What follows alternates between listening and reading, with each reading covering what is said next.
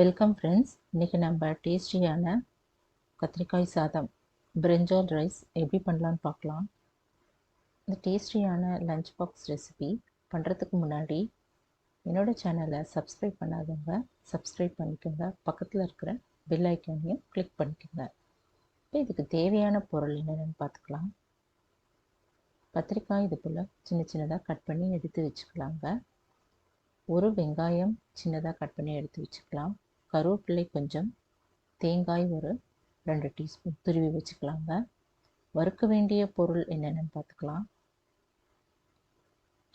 3 காஞ்ச மிளகாய், 1 டீஸ்பூன் தனியா, கடலைப்பருப்பு 1 டீஸ்பூன், வெந்தயம் 1/4 டீஸ்பூன், ஜீரகம் 1/2 டீஸ்பூன், பெருங்காயம் கொஞ்சம் எடுத்து வச்சுக்கலாம்.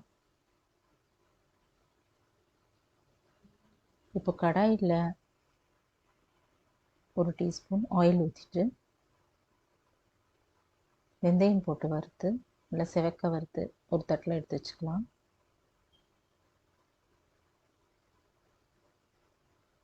அடுத்து ஜீரகமும் வறுத்துக்கலாங்க.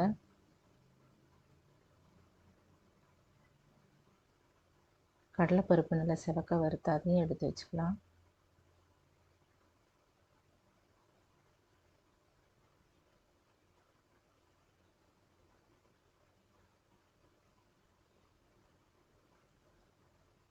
தனியா, அடுத்தது மிளகாய் இதெல்லாம் போட்டு நல்லா வறுத்து எடுத்து வச்சுக்கலாங்க.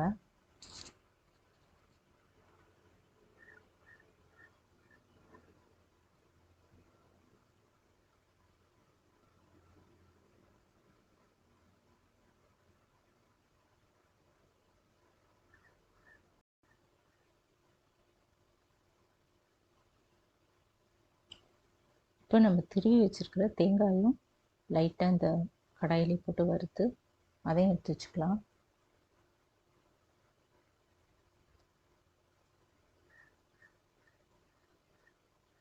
இப்போ வறுத்த எல்லா பொருளையும் நல்லா ஆறுனதும் சின்ன மிக்ஸி ஜாரில் போட்டு நல்லா அரைச்சிக்கலாங்க.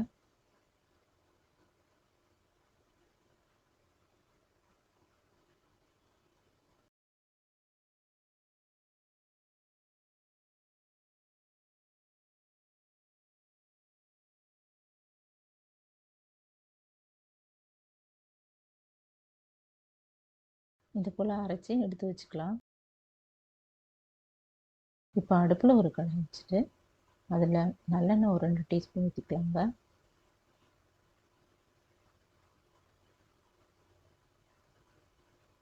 இதில் எடுத்து வச்சுருக்க பெருங்காயம், கடுகு, உளுத்தம் பருப்பு இதெல்லாம் போட்டு நல்லா தாளிச்சிடலாம்.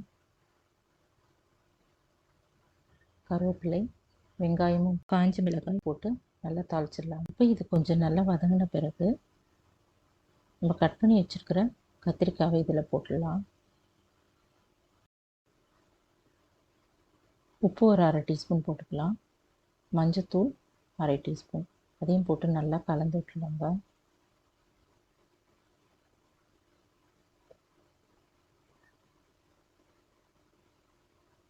இது நல்லா கலந்த பிறகு கொஞ்சம் தண்ணி இதில் தெளிச்சுட்டு மூடி வச்சிடலாம்.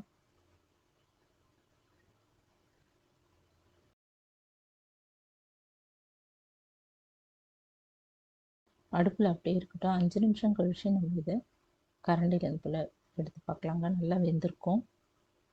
இப்போ நம்ம அரைச்சி வச்சுருக்கிற தேங்காய் மசாலாவை இதில் போட்டுடலாம். நல்லா கலந்து விட்டுலாங்க. தேவைப்பட்டால் இதில் கொஞ்சம் உப்பு, எண்ணெய் ஊற்றி நல்லா கலந்துடலாம்.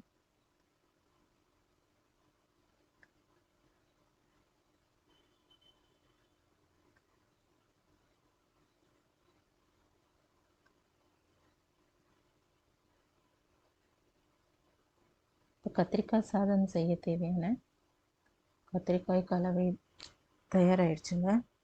இப்போ அதை நம்ம ஸ்டவ் ஆஃப் பண்ணி இறக்கி வச்சிடலாம். நான் 1/2 டம்ளர் புழுங்கலரிசி சாதம் வடித்து நல்லா எடுத்து வச்சுருந்தாங்க. இப்போ உங்களுக்கு தேவைப்பட்ட பச்சரிசியும் இதை இங்கே வடிச்சிக்கலாம். பச்சரிசி ரொம்ப டேஸ்டியாக இருக்கும். வடித்த சாதத்தை இதில் போட்டு நல்லா கலந்துக்கலாம்.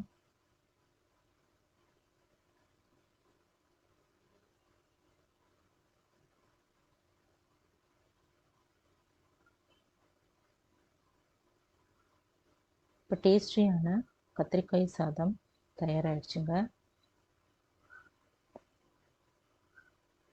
இதில் கொஞ்சம் நல்லெண்ணெயும் மேலே ஊற்றி கலந்துக்கலாம். இந்த கத்திரிக்காய் சாதம் நீங்களும் ட்ரை பண்ணி பார்த்துட்டு எப்படி இருக்குன்னு கமெண்ட்டில் சொல்லுங்கள். இதுக்கு சைட் டிஷ்ஷாக நம்ம அப்பளம் வத்தல் இதெல்லாம் பொரிச்சுக்கலாம்.